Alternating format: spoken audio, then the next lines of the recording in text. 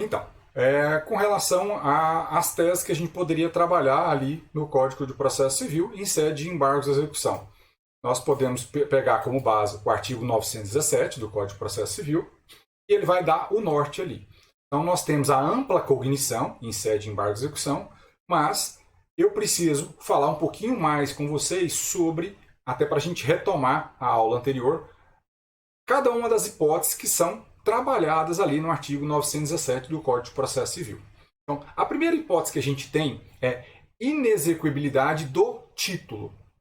E a gente vai ficar aqui falando com vocês, depois de fazer essa parte introdutória, as teses propriamente ditas, tá? Fiquem tranquilos com relação a isso, que a gente vai trabalhar as teses mesmo. Então, nós temos a inexequibilidade do título. Então, eu estou falando do título executivo extrajudicial, lá daquele rol do 784, ou outro título está lá. É uma hipótese que ele não é executável. Por exemplo, é um título que não está previsto em lei. E nós temos também a inexigibilidade da obrigação. Percebam que a própria palavra inexigibilidade, ela traz para vocês já uma autossignificação. Ela vai dizer que aquela obrigação estampada, embora seja um título executivo, ele não está ao ponto de se exigir judicialmente. Por exemplo, eu tenho uma condição para se implementar, eu tenho um termo que é uma data X de vencimento, então eu não posso fazer a exigência judicial daquela obrigação.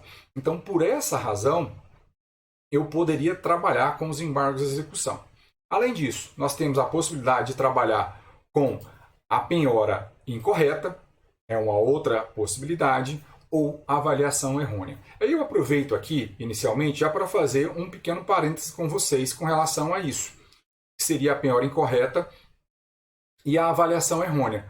Porque essa temática ela é muito importante de a gente compreender, porque eu tenho duas possibilidades de questionamento desses embargos. Tá? Tanto aqui em sede de embargo de execução, questionar a penhora, ou eu posso, por uma petição autônoma, depois fazer esse questionamento. Mas eu vou ter sempre em mira o seguinte: se até o prazo dos embargos de execução, que eu ensinei para vocês, que é de 15 dias, contados da citação, se eu tenho já a penhora, eu tenho que, nesse momento dos embargos, fazer a argumentação nos meus embargos. Porém, se a penhora veio depois, eu posso, por simples petição nos autos, fazer o questionamento dessa penhora ou avaliação incorreta.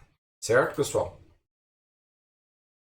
Além disso, eu posso questionar dentro dessa penhora a ordem que ela foi realizada, eu tendo outro bem. E nesse caso, quando eu vou falar de ofensa à ordem, eu não posso trabalhar nos embargos de execução falando, olha, juiz, simplesmente ofendeu a ordem preferencial do Código de Processo Civil. Não, eu tenho que indicar um outro bem em substituição a isso, porque senão não vai ser acolhida a minha tese, porque isso vai ser considerado uma defesa que é de cunho meramente protelatório e isso não vai ser acolhido pelo juízo da execução. Nós temos ainda o vício na formação dessa penhora. Por exemplo, a penhora de um imóvel que é comum de vários proprietários e foi se formada aquela penhora ali sem intimar esses terceiros interessados na questão da penhora, para que eles exerçam inclusive o direito de preferência. Mas aí, nesse caso, eu posso sim fazer os embargos de execução questionando isso. Ou um erro de avaliação desse imóvel, de acordo com o contexto ali, que fazer a impugnação. Além disso, podemos trabalhar com excesso de execução, que a gente vai entrar detalhadamente com vocês ali numa hipótese concreta. Tá? E as hipóteses de excesso, que a gente é importante frisar aqui, não é só o excesso pecuniário, de valor, falando que, por exemplo, a execução está cobrando 10 mil reais. Mas o título ele estampa uma obrigação de 9 mil, não é só isso o excesso de execução. O excesso de execução vai além do valor econômico. Também quando a execução ela está recaindo sobre um objeto diferente. Então, por exemplo, eu tenho uma obrigação de fazer. E aí é de fazer uma coisa determinada. O contrato, o título executivo ali, ele vai determinar qual que é essa obrigação de fazer. Se eu pleiteio algo de forma diferente, não tem como. Uma outra coisa, o título executivo, ele tem conteúdo econômico. Por exemplo, pagar 2 barras de ouro. Eu não posso vir aqui e exigir que ele pague em dinheiro, Porque o título executivo ele vincula as partes ali que estão envolvidas nesse negócio jurídico, certo, pessoal? Além disso, o processamento da execução de forma diferente do que está convencionado. Eu também tenho essa possibilidade de alegar excesso de execução. E ainda, essa é uma hipótese muito comum, que é quando o exequente busca a execução de uma obrigação, mas ele não cumpre a sua parte. É o chamado contrato não cumprido. Então, aquela teoria jurídica que a gente tem da exceção do contrato não cumprido, eu posso alegar também aqui em sede de execução, nos embargos à execução. E por fim, quando a condição estabelecida na obrigação do título não se implementou. E aí, lembrando que nós temos duas modalidades de condição. Nós temos a condição resolutiva e nós temos a condição suspensiva. Né? Quando a condição é fixada de modo resolutivo, ela significa o quê? Que implementou a condição, o negócio jurídico vai se resolver, vai se dissolver, fazendo um paralelismo aí com vocês. Agora, na condição suspensiva é diferente. Tá? Então, condição resolutiva, o negócio jurídico se resolve, então dependeria de implementar aquela situação. Agora, a suspensiva não. Enquanto não se implementa a obrigação, eu não posso executar, porque ele está suspenso. Então, a partir do momento que implementou aquela condição suspensiva, aí sim aquela obrigação passa a ser exigível. Na resolutiva, de modo diferente. Normalmente ela é fixada para que ela não se implemente. Caso ela se implemente, o título perde a sua força executiva. Então, se foi realizada essa condição resolutiva, eu não poderia fazer essa execução. Tá? Além disso, cumulação indevida de execução. Como eu falei para vocês na aula anterior, né, a acumulação de execução é perfeitamente cabível, mas eu tenho que respeitar essa tríade. Tem que ser mesmos executados, mesmo juízo competente, porque, por exemplo, se o local de pagamento de uma obrigação, mesmo que seja o mesmo executado, mas o local de cumprimento da obrigação seja em cidades diferentes, não daria para fazer essa execução, tá? Em conjunto. E ainda eu tenho que ter o procedimento de modo idêntico. Eu não posso, por exemplo, mesclar obrigação de fazer com pagamento de quantia certa, porque o procedimento não é igual, tá? Além disso, nós temos retenção por benfeitorias, que o executado pode alegar aqui. Ela é muito comum na situação de uma execução hipotecária. A instituição financeira, que é credora hipotecara, promove a execução, e aí eu fiz ali benfeitorias naquele imóvel, eu posso alegar aqui retenção das benfeitorias. Tá? Incompetência absoluta ou relativa do juízo, da mesma forma que eu posso trabalhar no processo de conhecimento. E, por fim, que deveria ser a primeira hipótese, qualquer matéria de defesa passível de se alegar no processo de conhecimento. Então, aqui fica muito claro que a cognição é muito ampla, inclusive do ponto de vista probatório. Então, feita essa introdução com vocês aqui sobre essas matérias passíveis de argumentação, o que eu fiz? Pautado até em alguns questionamentos, algumas sugestões que vocês me encaminharam na caixinha de perguntas que eu abri na semana passada, tá? Eu pincei algumas teses para a gente trabalhar do ponto de vista concreto. Professor, mas você vai esgotar todas as teses possíveis de se argumentar em embargos de execução? Não. Eu jamais conseguiria esgotar aqui numa aula só todas as teses possíveis. E mais, eu vou até além. Eu acho que nem com a soma de todas as aulas que eu pudesse dar, eu esgotaria as teses possíveis. Por quê? Nós temos inúmeros títulos executivos, cada um com a sua normativa própria. Mais do que isso, nós temos inúmeras séries de defesa.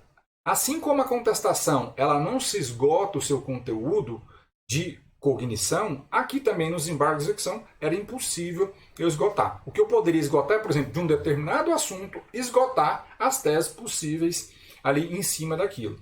Mas fora disso, eu não consigo. Então, a gente pensou o máximo possível para vocês aqui de tese. E aquilo que vocês tiverem curiosidade, além do que a gente vai falar, podem me mandar ali pelo direct e a gente tenta responder vocês. Tá? Então, a primeira hipótese que a gente vai trabalhar é uma questão formal, que é a ilegitimidade ativa para a cobrança de crédito de terceiro. Essa é uma situação que a gente verifica muito na Defensoria Pública, ali atuando na execução. Tá? Alguém vem, promove a execução, tentando cobrar crédito terceiro. Professor, me explica contextualmente como é que isso acontece. Então, por exemplo, você tem um contrato de locação com uma pessoa, então você é credor daquela pessoa que tem que pagar os aluguéis, os encargos acessórios da locação, e foi fixado ali contratualmente que ela teria que pagar o valor exato mensalmente de aluguel. Essa é uma prestação fixa.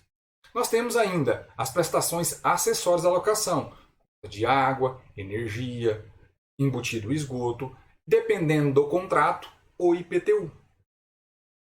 Só que dependendo do caso concreto, esses créditos acessórios, eles não são créditos do locador.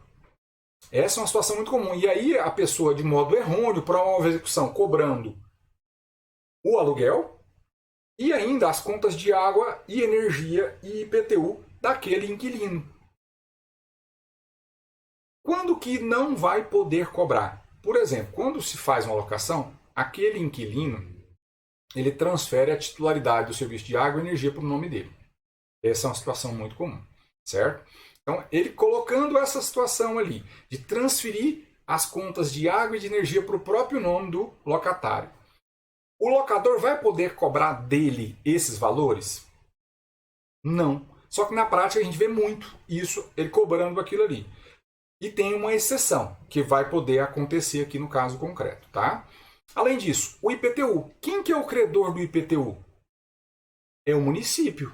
E não necessariamente o locador do imóvel.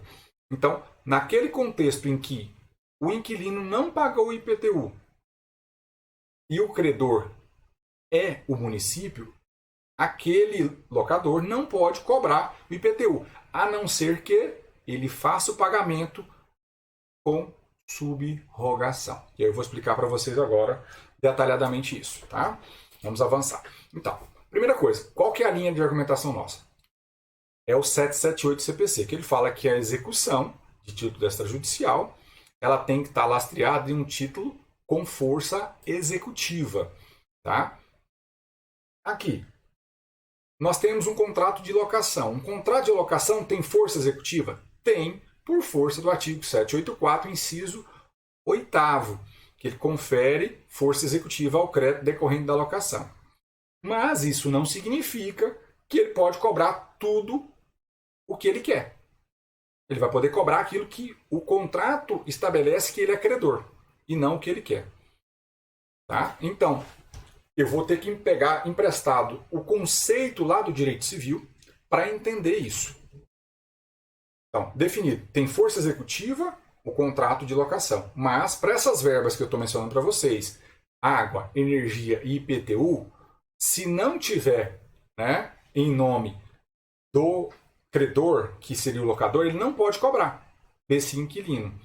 Por que ele não pode cobrar? Porque quem é credor da água é a concessionária de energia, a concessionária de água, quem é de energia é a concessionária de energia, e de IPTU o município. A não ser que ele faça esse pagamento. Então, lá no Código Civil, se a gente pegar lá a parte das obrigações e do pagamento das obrigações, do cumprimento das obrigações, adimplemento e extinção das obrigações, nós vamos ter o artigo 308, que é a possibilidade de pagamento com subrogação. Então, quando um terceiro interessado, percebam aí, o terceiro interessado, ele tem interesse direto naquela relação, ele paga a dívida de outra pessoa, porque ele poderia, por algum meio, ser cobrado por aquela dívida, ele se subroga nos direitos daquele credor originário. Então aqui, por exemplo, se você está do lado do exequente, e aqui é importante a gente fazer o contraponto para os dois lados para vocês terem essa noção. Então se você está pelo exequente, para você cobrar essas verbas, você vai ter que orientar o seu cliente a realizar o pagamento dessas verbas. E aí você cobrar por ser, né, um pagamento com subrogação. Então, aquela pessoa pagou, ela vai se subrogar no direito. Por quê? O IPTU, o município poderia cobrar do proprietário do imóvel. Então, ele é um terceiro interessado que poderia sim ser cobrado por aquela dívida. Do mesmo modo, ele poderia ser cobrado nas situações de débitos de água e de energia. Então, pessoal, aqui, se ele paga, ele consegue fazer isso. Mas normalmente não é isso que faz, porque o locador não quer ter mais ônus com a locação, porque acha que aquilo ali é tudo dever do executado inquilino. E aí promove a execução de modo assodado e apressado. Então não pode. Então, nesse sentido, você vai argumentar, olha, como ele não efetuou o pagamento, ele não é credor originário da dívida, não há subrogação e por isso ele não é considerado credor do ponto de vista legal. Consequentemente, tá? Nesse caso, ele não teria legitimidade para promover a cobrança desses valores respectivos. E aí você vai pedir para que o juiz, tá, decote, recorte da execução a cobrança desses valores respectivos que são créditos de terceiro. Certo? Professor, mas isso é hipótese de extinção da execução? Depende. Se, por exemplo, nessa execução se cobra aluguel mais esses encargos, não é hipótese de extinção da execução. O que vai acontecer é uma redução objetiva da demanda, reconhecendo que naquele ponto do IPTU, de energia, de água e esgoto, não poderia haver a cobrança, permanecendo unicamente a cobrança do valor da locação mensal. Então, se nesse caso, como aqui eu trabalho com vocês, tem outra cobrança, a gente vai pedir para que o juiz reconheça que aquela pessoa não é acreedora e, não sendo credora, ela não pode cobrar. Então, por isso, ela é parte ilegítima para promover a execução dessas partes. Certo? E aí a gente vai já para o chat aqui, que a gente já tem até perguntas aqui. Vamos lá. O Luiz pergunta aqui. Professor, se no contrato estiver explícito nas cláusulas que o locatário arcará com IPTU, contas de água e de energia, o locador poderá executar esses valores? Então, Luiz, olha o problema disso aqui. E, inclusive, isso não é trabalhado só por mim, não é só criação da minha cabeça. Isso é criação doutrinária. Vocês vão perceber aí no material que eu estou passando para vocês. Quem que é, de fato, o credor dessa obrigação? É o município, por exemplo, o IPTU. Legalmente, quem tem a obrigação de pagar o IPTU? O proprietário ou o promissário comprador. Certo? Eles é que têm a obrigação de efetuar o pagamento do IPTU. Certo? Então, aquele credor, se ele não paga aquela obrigação, ele não se subroga no credor originário.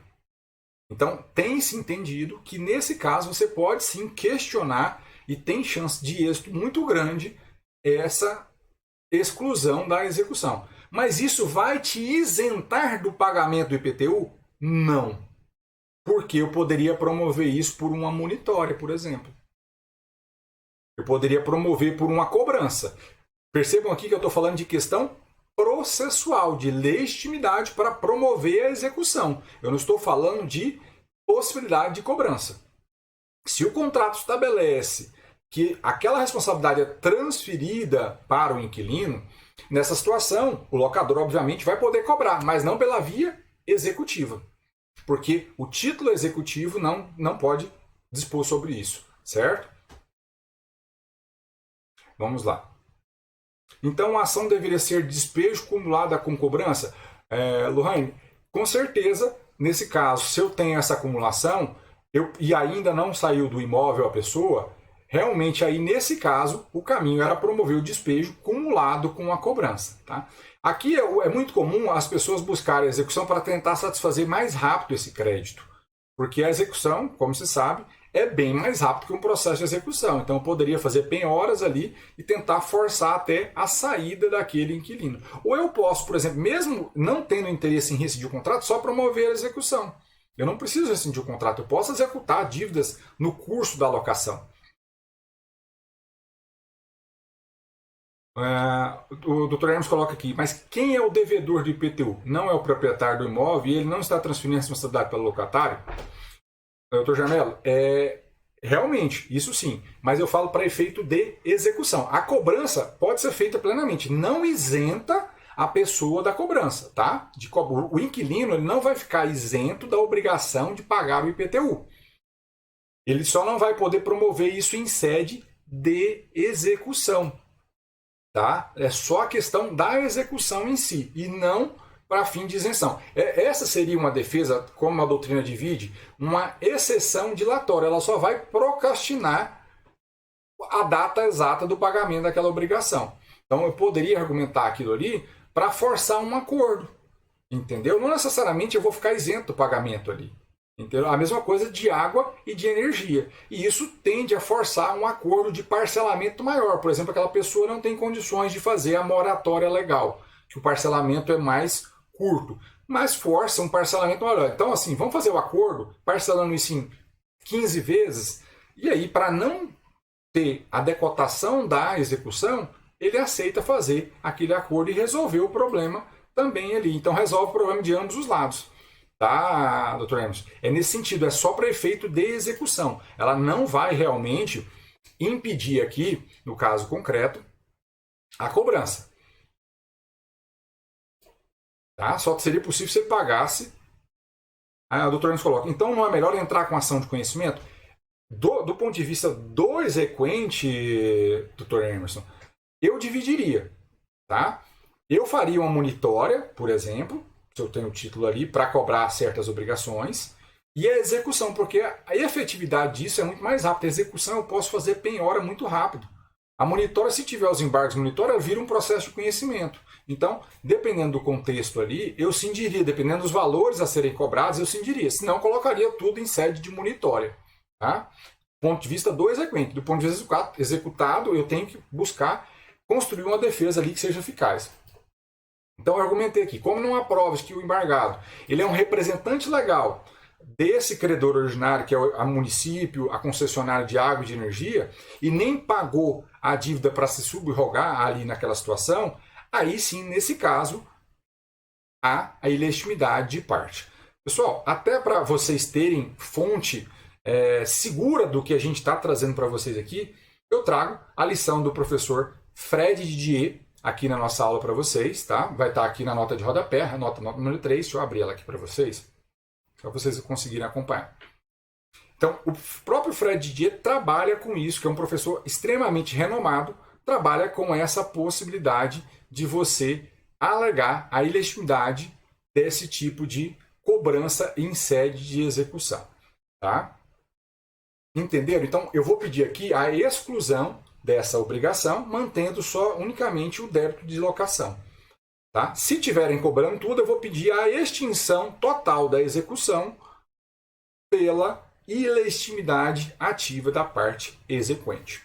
Certo? Então vamos avançar aqui.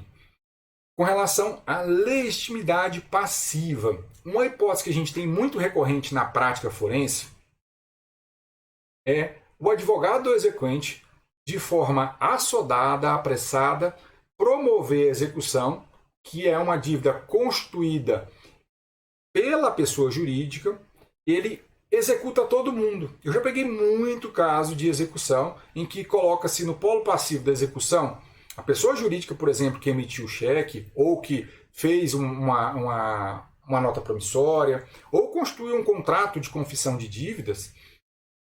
E ainda assim ele coloca ali no polo passivo, conjuntamente, os sócios.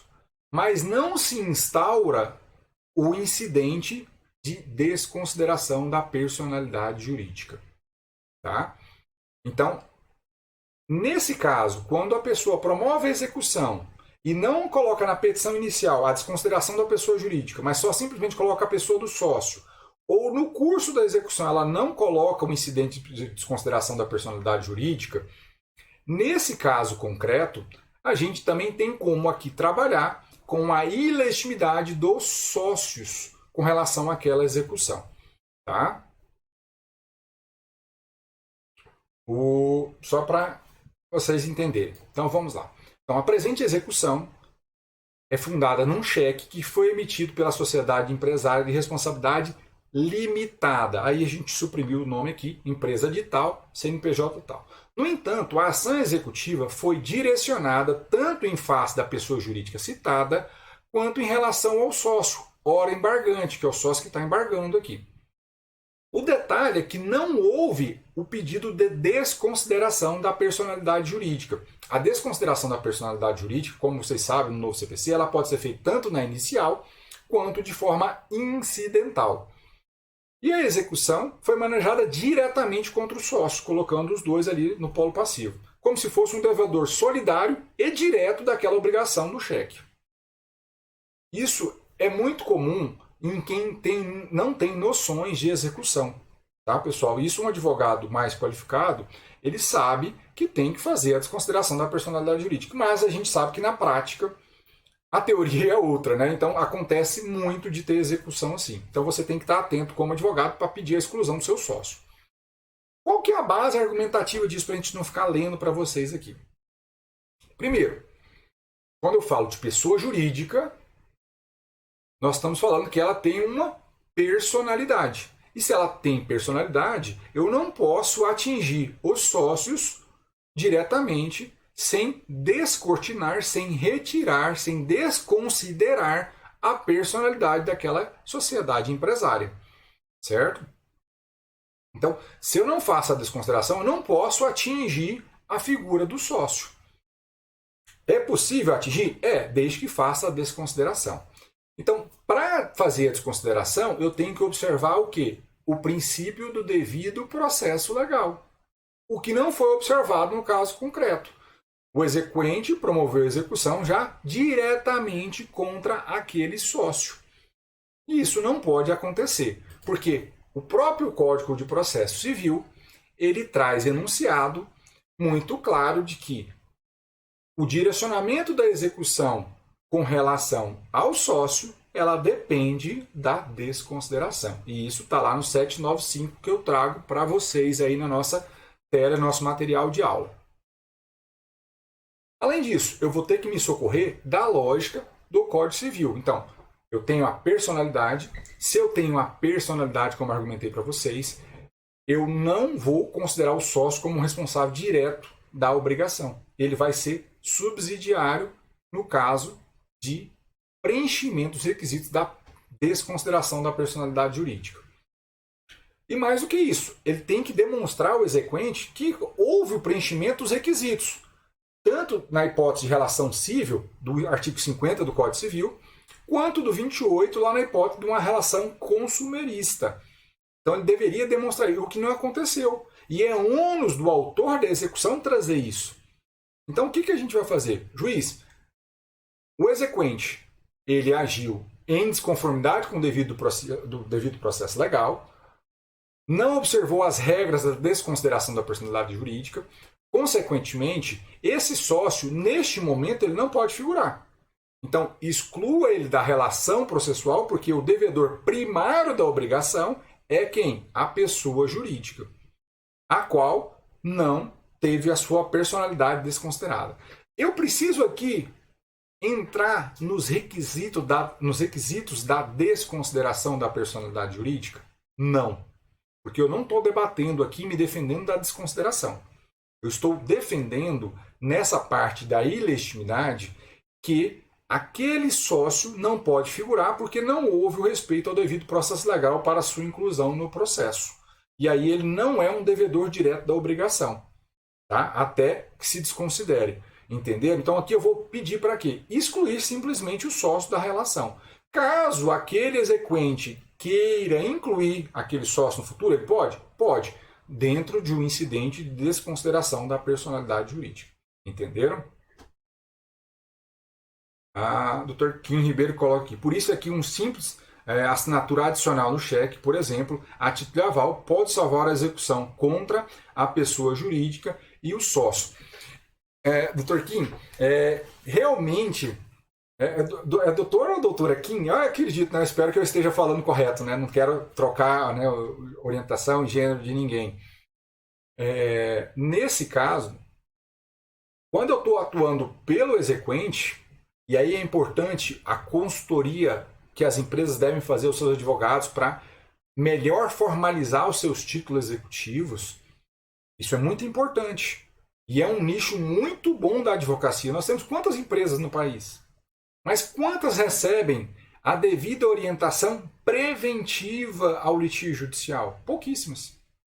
E muitas perdem a execução Não perdem o crédito, mas perdem a execução. Por quê? Por não ter uma consultoria prévia.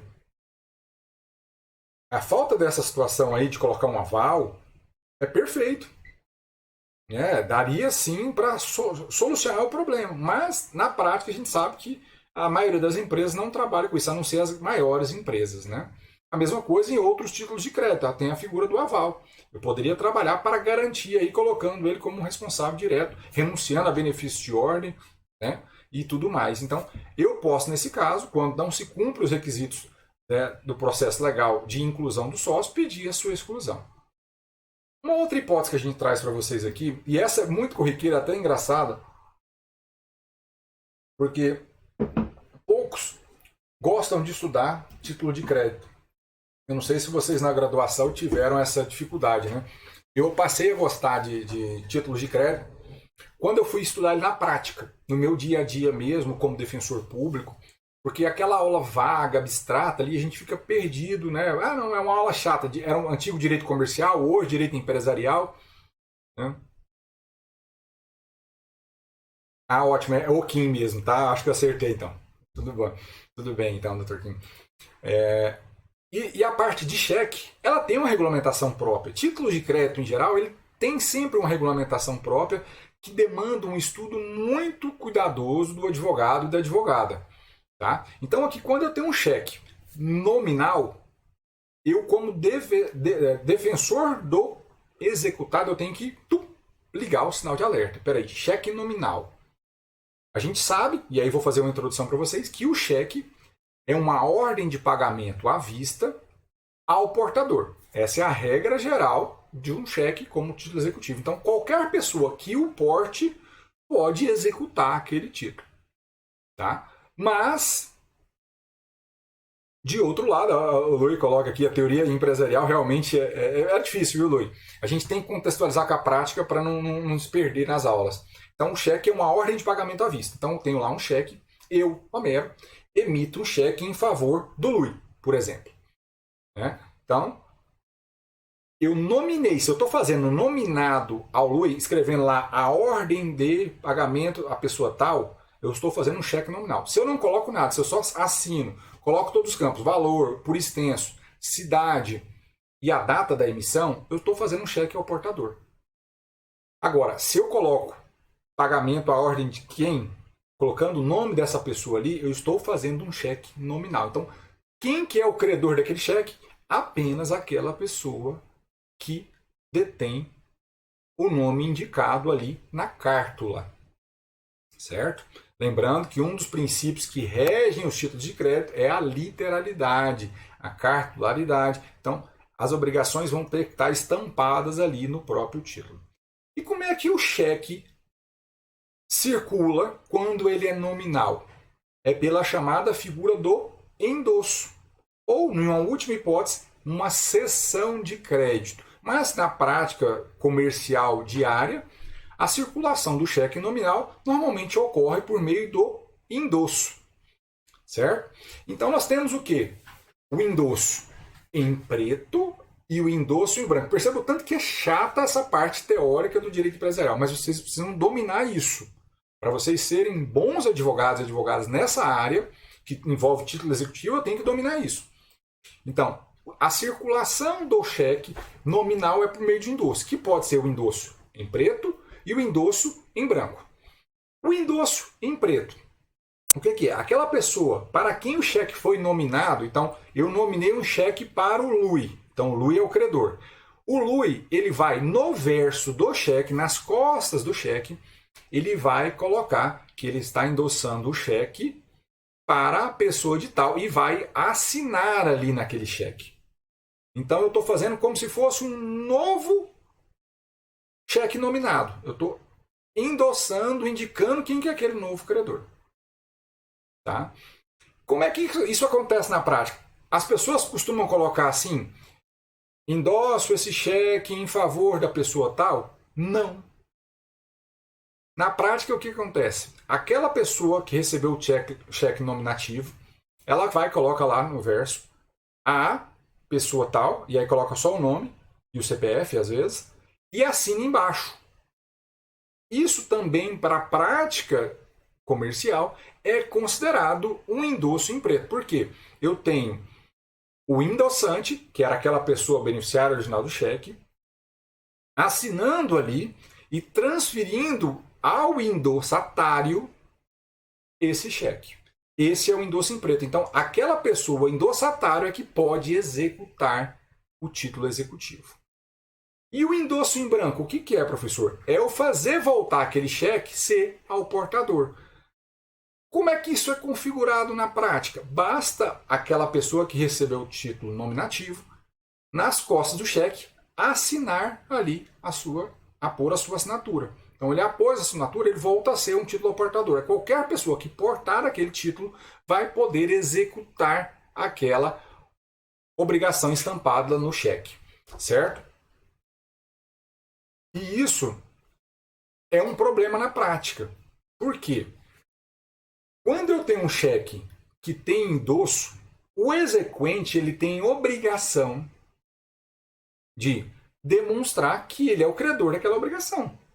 Isso é um dos requisitos, um dos pressupostos da inicial de execução. Ele tem que provar que ele é o exequente, ele é o credor daquela obrigação. Então, quando eu tenho um cheque que está todo rasurado, o endosso, eu não consigo identificar a cadeia de endosso, ou que aquele endosso eu não consigo identificar ali, só tem uma rubrica que não permite minimamente identificar ninguém, também eu tenho chance de brigar pela impossibilidade de execução, naquele caso, por aquela pessoa que se diz credora, porque ela não demonstrou ser a credora da obrigação, ela não demonstrou ser a endossatária daquela obrigação. Então, essa construção que a gente faz é a partir da lei do cheque. Lá do seu artigo 17, tudo isso que eu estou explicando para vocês é a lógica traçada pela 7357 de 1985, certo? E quando eu falei para vocês aqui com relação ao ônus probatório, o fundamento disso também está no CPC. Tanto no 373, que fala do ônus da prova em geral do processo de conhecimento, quanto também pelo 778, conjugado com o 798, inciso 1, a linha A, que eu tenho que demonstrar ali ser o credor da obrigação.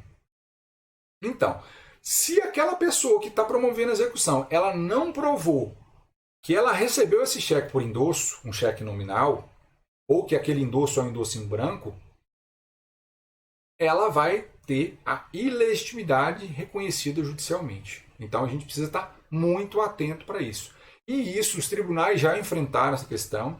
Aqui a gente traz uma posição, por exemplo, do TJMS, que justamente reforça o que eu estou falando para vocês, que eu preciso demonstrar a cadeia de endossos para que eu seja o legitimado ativo naquela execução. Se eu não fizer isso, vai haver a ilegitimidade de parte ali.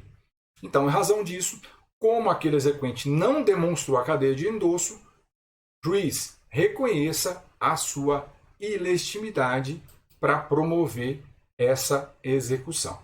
Tá?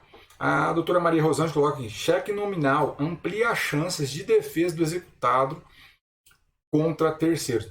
Realmente, viu, doutora Maria? Sempre quando alguém vai emitir o cheque, o ideal é sempre nominar.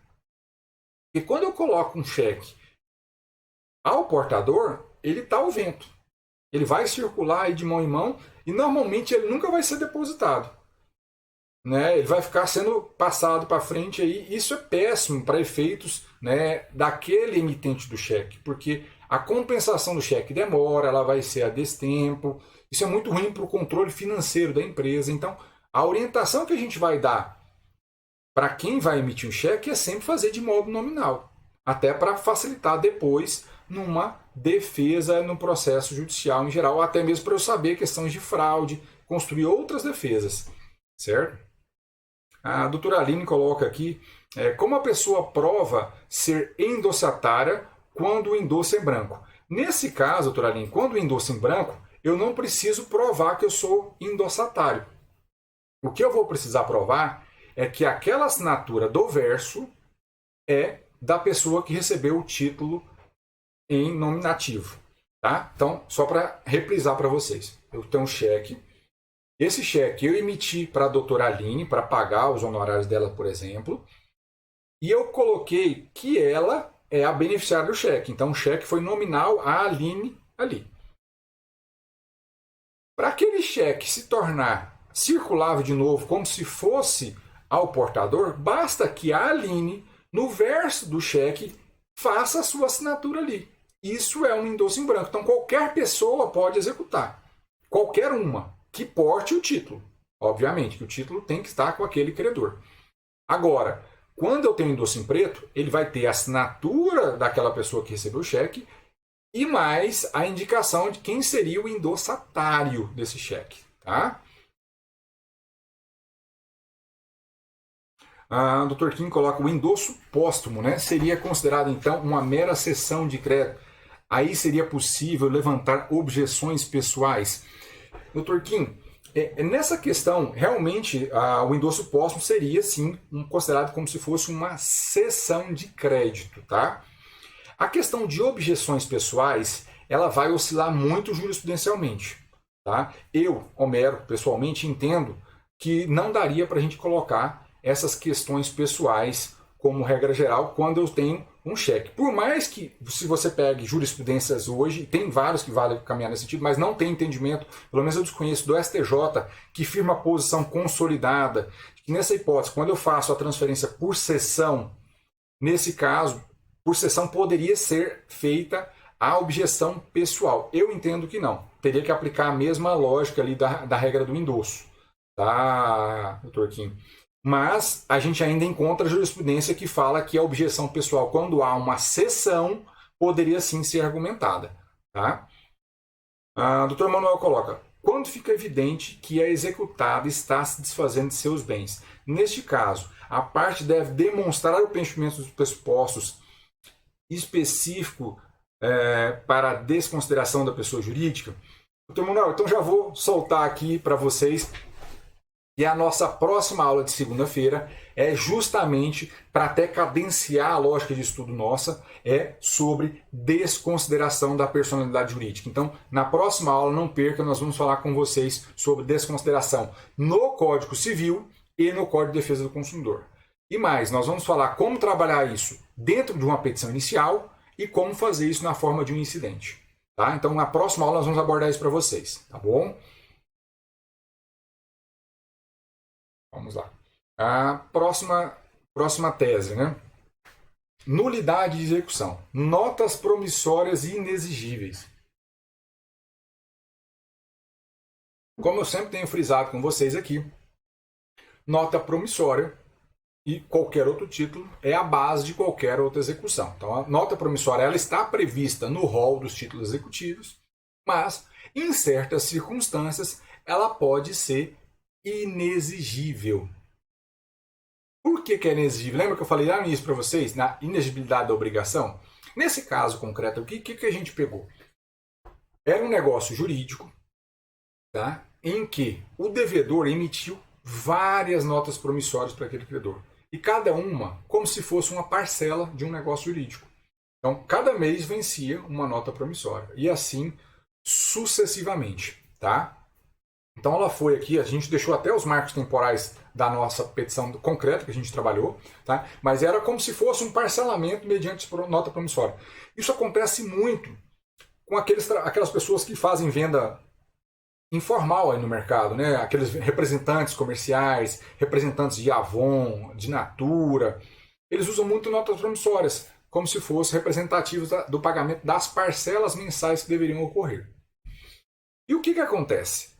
Nem sempre isso está vinculado a um contrato escrito que estabelece condições. Está simplesmente vinculado a notas promissórias mesmo, cada uma com seu valor. Então, 100 notas promissórias de R$100, cada uma com um mês.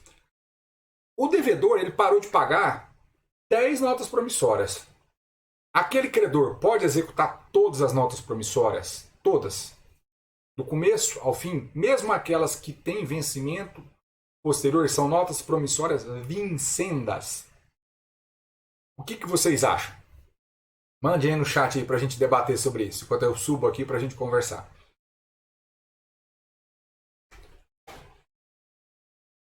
E aí, né, para a gente conversar sobre isso, eu preciso retomar com vocês aquela construção de que para eu promover a execução, eu tenho que ter uma obrigação certa líquida e exigível. Então tem a tríade aqui para trabalhar na execução. Tá?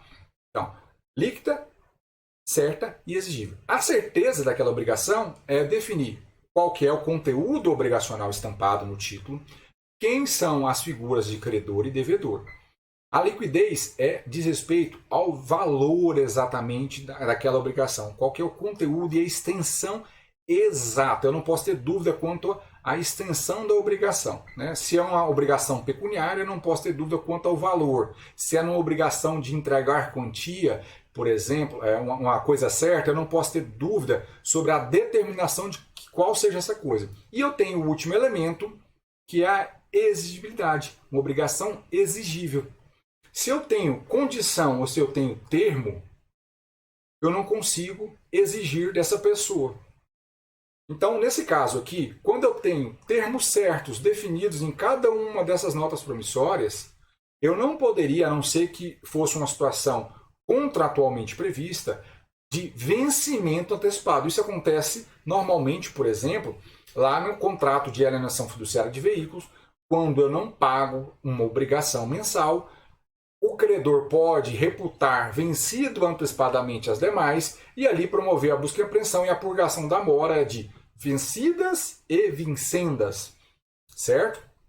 Nesse caso de nota promissória, não. Ele não pode promover a cobrança de todas as notas. Então, nesse caso das notas vincendas, ele não poderia promover a execução. Então, pautado nisso, a gente vai argumentar aqui que essa nota promissória é o quê? Inexigível. Ela não demonstrou nos autos que aquela obrigação era exigível ao tempo da distribuição da execução. E mais do que isso, em termos de nota promissória, a própria legislação de regência, ela fala dos seus requisitos, que eu tenho que ter termo certo. Se eu descumpro aquele termo certo do vencimento da obrigação, eu não posso promover a execução daquela nota. Entenderam? Então, essa é uma hipótese de nulidade da execução.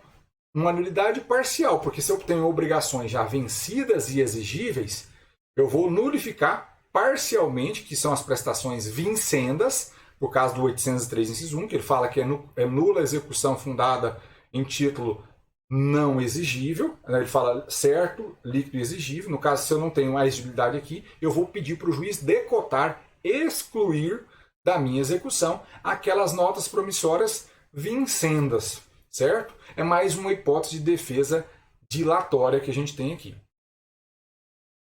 Uma outra situação que a gente tem muito no dia a dia aqui, e aí vem a pegadinha que na prática nem mesmo quem tem advogado para o banco tem percebido isso. O Dr. Kim coloca aqui a questão da causa debende do cheque. Dr. Kim, eu vou antes até prosseguir com uma prescrição em respeito ao seu questionamento, tá? Como o embargo de execução ele tem ampla cognição, eu posso trabalhar com o questionamento disso. Não é porque eu tenho um cheque, que é uma ordem de pagamento à vista, que eu não posso questionar o negócio jurídico subjacente àquilo. Então, por exemplo, uma hipótese de agiotagem. Até esses dias eu estava debatendo, acho que foi com a doutora Aline sobre isso, né? Eu posso arguir agiotagem em embargo de execução? Posso, mas eu tenho que ter provas dessa agiotagem. Eu vou ter que ter elementos concretos para demonstrar que aquela parte exequente ela trabalha e exerce a agiotagem. Se eu não tiver elementos, eu não vou trabalhar. Tá? Como é que eu posso provar isso? Primeiro, com o valor que eu recebi com o mútuo, né, aquele empréstimo do dinheiro, por exemplo, eu peguei R$1.000 de crédito, mas estou pagando 10 mil. Isso já é um indício. Isso associado à oitiva de testemunhas. Fica muito clara a prática de agiotagem. Né? Então, aí sim eu poderia argumentar, mas eu tenho que ter elementos concretos para trabalhar com agiotagem. Senão, não. Agora, até a doutora Aline saiu com essa solução bem interessante no dia lá. E é tentar forçar o acordo com esse exequente. É possível. Óbvio que a gente sabe que tem riscos envolvendo a situação. Tem riscos. Mas você pode forçar um acordo. Falar, para a gente não ter que discutir isso, por que não pusemos aqui, formamos um título executivo novo para você, e agora de força judicial, que vai ser homologado judicialmente, para que você, né, continue aí, se for o caso, descumprir a obrigação, continue o cumprimento. Então, você tem elementos para brigar ali, tá? A doutora Aline coloca, né, a causa debênt só poderia ser discutida em caso de não circulação do cheque. Muito bem colocado, doutora Aline. Realmente, essa sua observação ela procede, né? No caso de não circulação do cheque, é um fator determinante para discutir isso. Eu, Homero, forço a barra em todas as circunstâncias.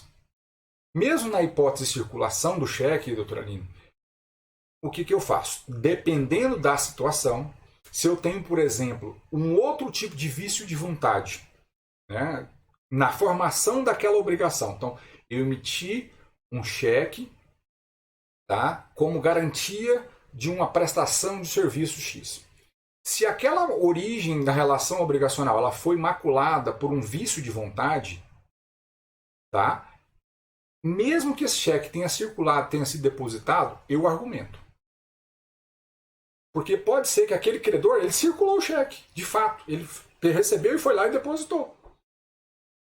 Isso vai me impedir? É justo?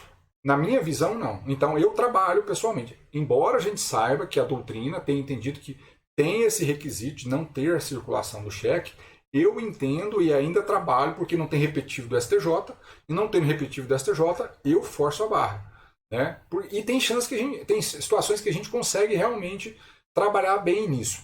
Eu tive um caso, por exemplo, de um negócio jurídico de uma sociedade de fato.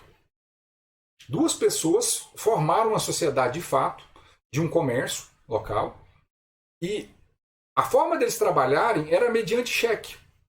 Um dava cheque para o outro e um depositava o cheque para o outro, até que um ponto chegou de um depositar cheque para o outro e voltou por falta de provisão de fundos. Nesse caso, eu forço a barra até o extremo, infelizmente. Né? Enquanto não tiver repetitivo, eu vou trabalhar insistindo nisso. Embora a gente saiba que realmente esse pressuposto tem sido aí forçado pelos tribunais. Tá? Doutora Aline, ela coloca aqui a questão do desacordo comercial. O simples desacordo comercial, não. Aí eu concordo contigo que a gente não deve trabalhar. Agora, a formação de vício de vontade, ele vai além do mero desacordo comercial. Eu estou maculando, nulificando a obrigação propriamente dita. O simples desacordo comercial pela forma de execução da obrigação, se o tempo do pagamento foi correto ou não foi correto, aí eu concordo contigo, que é um simples desacordo comercial. Agora, a origem, um vício de vontade que macula a essência do negócio jurídico, eu trabalho ainda. Tá? Vamos lá. Com relação à prescrição da nota de crédito. Todos sabem que a nota de crédito é um título executivo também. Não previsto expressamente no 784, tá? A doutora Aline só coloca ali o que seria vício de vontade. Né? No caso aqui, né, o erro. Alguém induziu aquele outro a emitir um cheque com erro. Essa seria uma situação. Numa situação de fraude, também é possível alegar. Uma outra situação, os vícios de vontade são aqueles lá do Código Civil mesmo, tá, doutora Aline? Ó, se eu pego, por exemplo, aqui, uma lesão, é um vício de vontade. Então, por inexperiência daquela pessoa, ela emitiu um cheque em uma desproporção muito grande no negócio jurídico. Para salvar a vida de outro, eu faço essa emissão desse cheque. Nesse caso de lesão, também é possível argumentar. Então, no vício de vontade que vai invalidar a obrigação, eu trabalho, tá? Só para ficar claro para vocês. Então, voltando aqui para a nota de crédito comercial. Então, a nota de crédito comercial, ela é um título executivo, tá? Não previsto diretamente ali, mas eu tenho normativas específicas que fundamentam a nota de crédito comercial, que é a Lei 6.840 de 80, os decretos Lei 413, conjugado com 167, que eu trago aqui para vocês, tá? Na nossa telinha aqui, para ficar mais fácil para vocês copiarem e tomarem nota. Mas lembrando que a gente vai disponibilizar esse material para vocês, certo? Ainda que eu tenha esse título, né, regulamentado ali, pela 6.840, 413 e 167, nós temos ainda a Lei Uniforme de Genebra, que ela vai reger uma série de títulos executivos no Brasil. Que ela foi incorporada em nosso ordenamento jurídico, isso é importante, pelo decreto 57.663 de 1966. Então, ela vai regimentar, vai regular vários títulos de crédito aqui no Brasil. E uma das normativas que ela traz é a prescrição trienal para essa hipótese aplicável aqui à nota de crédito comercial. Certo? Então, eu tendo uma nota de crédito comercial, não vai se aplicar aquela regra geral das cédulas de crédito bancário de 5 anos.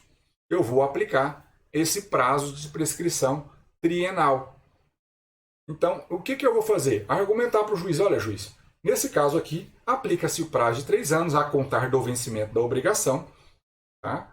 Eu trago aqui para vocês, inclusive, jurisprudência atualizada para vocês terem como substrato, então que o prazo é de 3 anos, e eu só vou contextualizar aqui para o juiz que do vencimento da obrigação até o marco da distribuição da ação, percebam que eu estou falando a palavra distribuição da ação.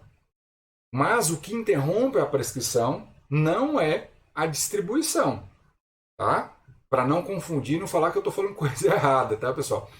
Ó, entre o vencimento e a distribuição da ação, isso é o lapso que você vai medir para aplicar os 3 anos. Por quê? O que interrompe a prescrição é o despacho do juiz que ordena a citação.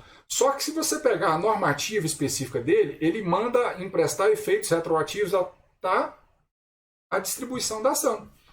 Tá? Então, por isso que a gente coloca que o lapso temporal deve ser marcado entre o vencimento da obrigação e a distribuição da ação.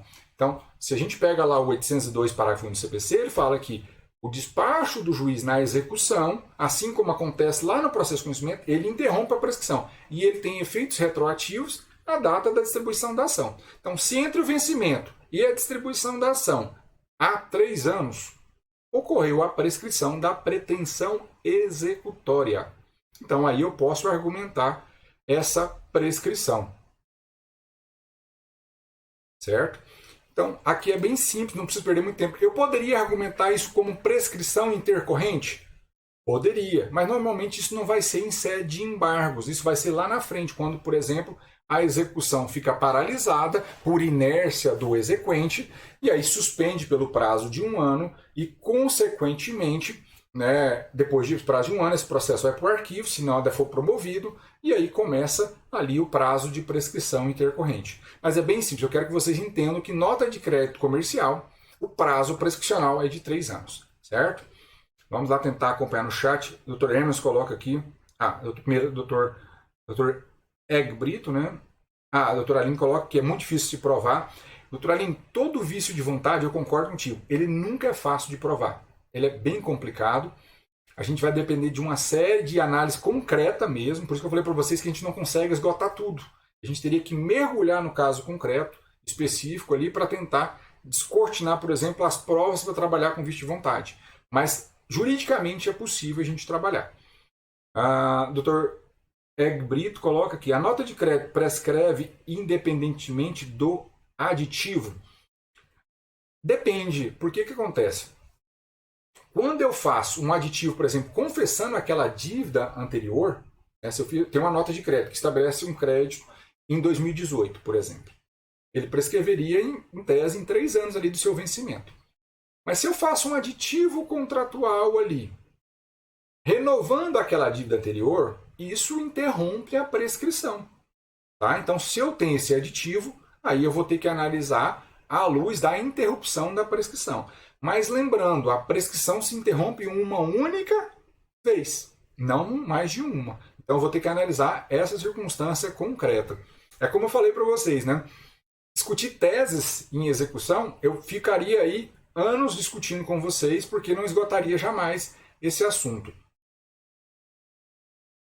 E mesmo já judicializado ocorre a prescrição? Continua a pergunta. Mesmo já judicializado, por exemplo, do vencimento da obrigação, se até a data da distribuição, por isso que eu falei para vocês, analisem a data da distribuição da ação. Então, se em 1º de janeiro de 2018 é o vencimento daquela obrigação, representativa de uma nota de crédito comercial. A ação foi distribuída só agora, em março de 2021, se passaram os 3 anos. A ação foi distribuída.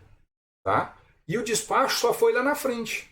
Vamos supor que foi agora no final de março. Eu distribuí dia 1º de março, o despacho do juiz que ordena a citação foi agora dia 28 de março. Mesmo que eu empreste efeitos retroativos à data da distribuição da ação, ainda assim há prescrição. Tá? E nesse caso poderia sim. A prescrição intercorrente, só para ficar claro para vocês, seria sim o prazo trienal, porque a prescrição intercorrente nada mais é, tá? Repito, prescrição intercorrente nada mais é que a mesma prescrição da pretensão executiva. Tá? E eu vou pegar o prazo de acordo com cada um dos títulos que vão servir de base de execução. Então, se eu tenho um contrato normal bancário, 5 anos. Se eu tenho um cheque, o prazo de 3 anos.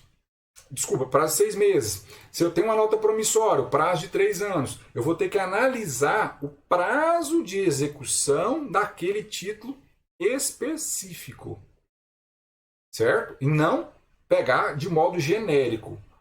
Prescrição intercorrente é com relação ao momento que a prescrição se configura. A prescrição intercorrente é no curso do processo. Tá? Então ela se conformou, ela se configurou no curso do processo. Entendeu? Lá no sistema das séries temporais do Banco Central, qual taxa usamos? Doutor, eu vou deixar essa questão para uma próxima aula, porque senão a gente vai fugir muito do objeto, tá? Mas a gente tem a taxa específica sim, tá, doutor? Só para a gente não fugir muito com relação à revisional disso, senão a gente teria que entrar lá para mostrar para vocês. Doutor, deixa eu ver se eu pulei mais alguma coisa aqui. Dr. Emerson, né? Estava pulando, Dr. Emerson, desculpa. Em termos de prescrição, ela está suspensa no momento em razão da pandemia? Então, Dr. Emerson, essa questão da suspensão da prescrição, nós tivemos sim a suspensão da prescrição em decorrência da legislação editada o ano passado, que vigorou, né, até dezembro. Então, nós tivemos uma lei federal que fixou um regime jurídico transitório para o período pandêmico. Nesse período, o prazo prescricional restou, sim, suspenso. Tá? Eu só preciso conferir para você, doutor, vou ficar te devendo essa informação, se houve medida provisória prorrogando essa suspensão. Eu preciso confirmar para vocês, eu não estou aqui para falar algo incerto. Existe a lei federal que fixou o regime jurídico transitório para o direito privado, que restou suspensa a execução, a prescrição em geral das obrigações. Mas eu não confirmei, tá? E posso confirmar isso para vocês, e mando para vocês depois lá no Instagram ou no nosso Telegram, se foi prorrogada essa suspensão, tá? Mas ela não tinha sido prorrogada até a última vez que eu olhei, tá? A doutora Aline pede aqui para explicar de novo com relação ao lapso da prescrição intercorrente. Então vamos lá, doutora Aline, só para ficar bem claro para vocês, só para vocês entenderem. Nós temos a prescrição em geral, que é a prescrição da pretensão executiva, certo? Cada prazo específico é de acordo com a natureza do título que eu estou discutindo na minha execução. Tá? Esse é o primeiro ponto. Então, quando eu vou falar de prescrição intercorrente, é que ela está ocorrendo no curso do processo. Então, por exemplo, a pessoa distribuiu a ação, mas ela não promoveu a execução, ela não promoveu a citação, mesmo que o juiz ordene, despache, recebendo a inicial ordenando a citação, mas essa citação não foi efetivada por pura inércia do exequente, aí também poderia ocorrer uma prescrição intercorrente entre essa distribuição da ação e a efetiva citação.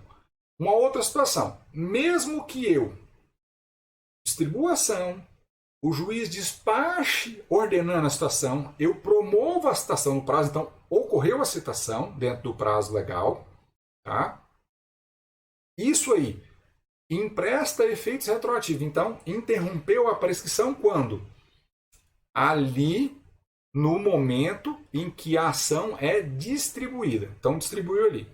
Só que o exequente ele ficou inerte, não fez mais nada. A inércia dele vai ensejar a suspensão da execução. Tá?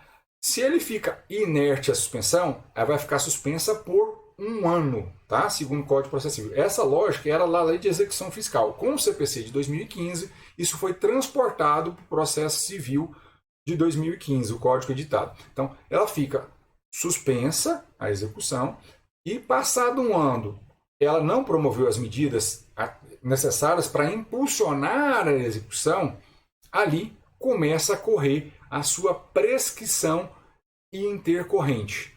Tá? E ali eu contar no mesmo prazo que eu tinha para promover os de 3 anos.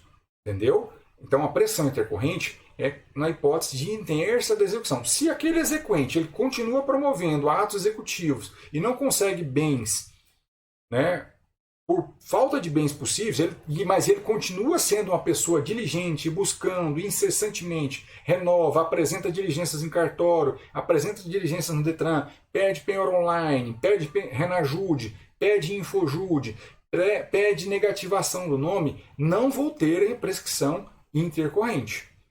Certo?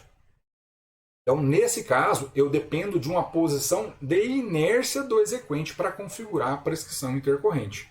Não é tão simples assim. Isso é mais uma situação que aquele credor é realmente displicente. Tá bom, doutora Aline?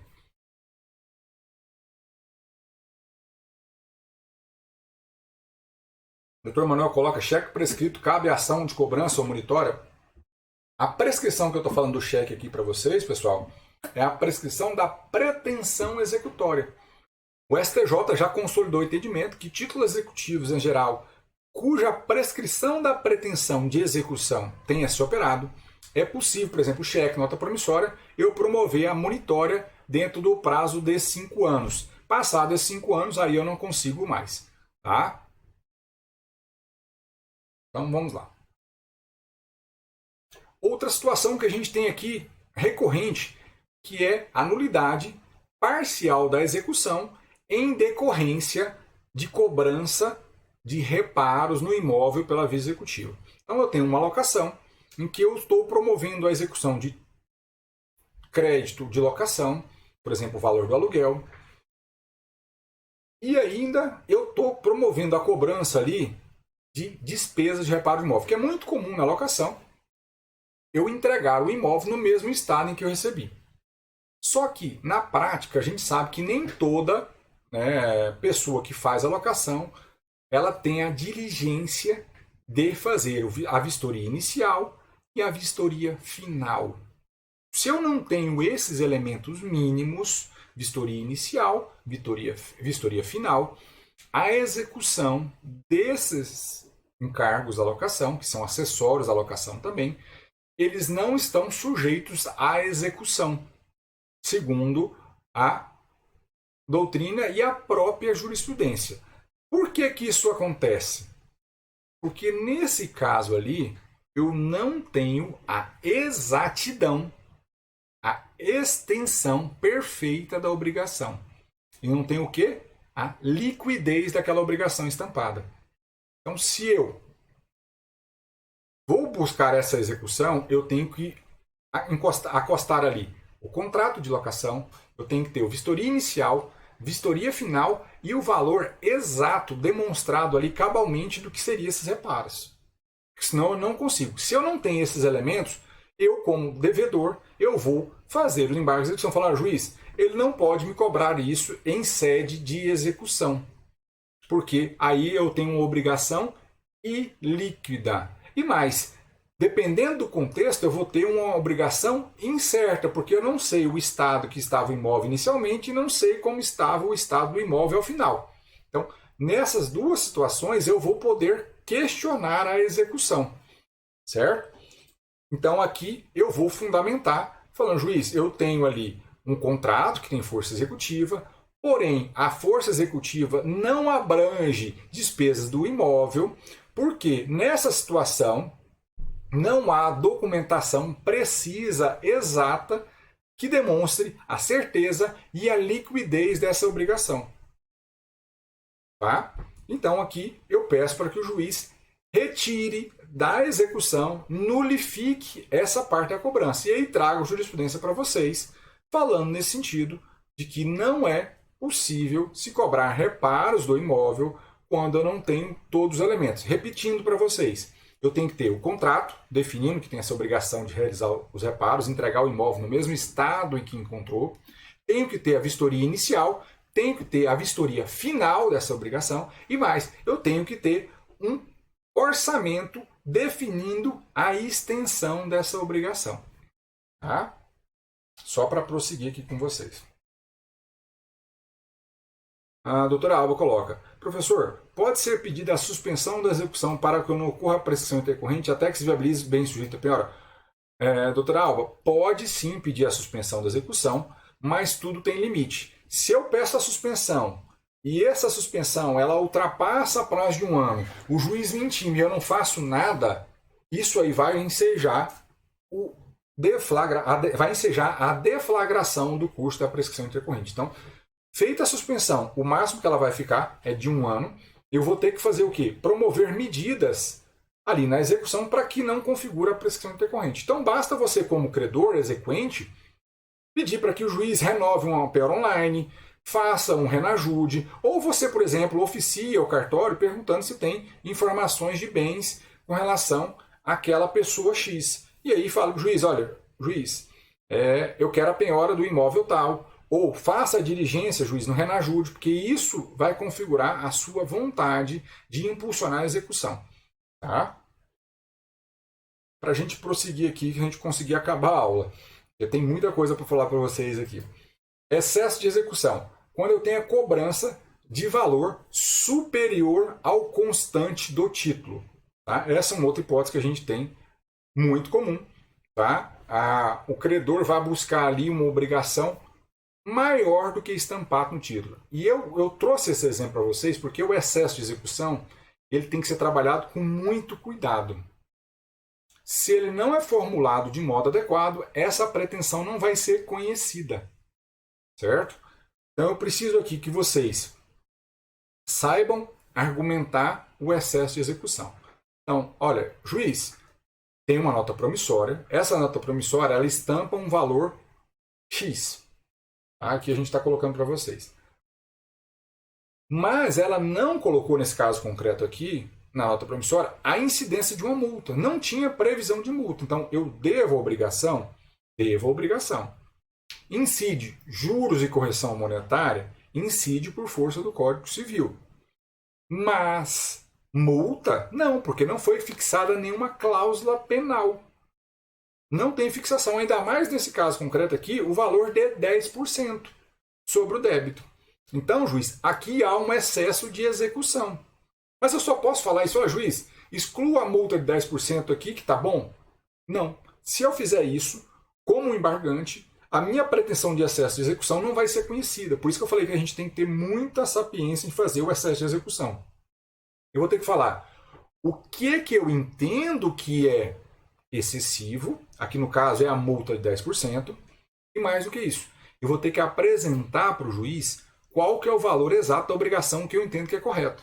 Então eu vou ter que fazer um cálculo, indicando para o juiz qual que é o valor exato da obrigação, e aqui excluindo a multa. Então eu faço um cálculo para o juiz, detalhando para ele qual que é realmente a minha obrigação aqui nesse caso.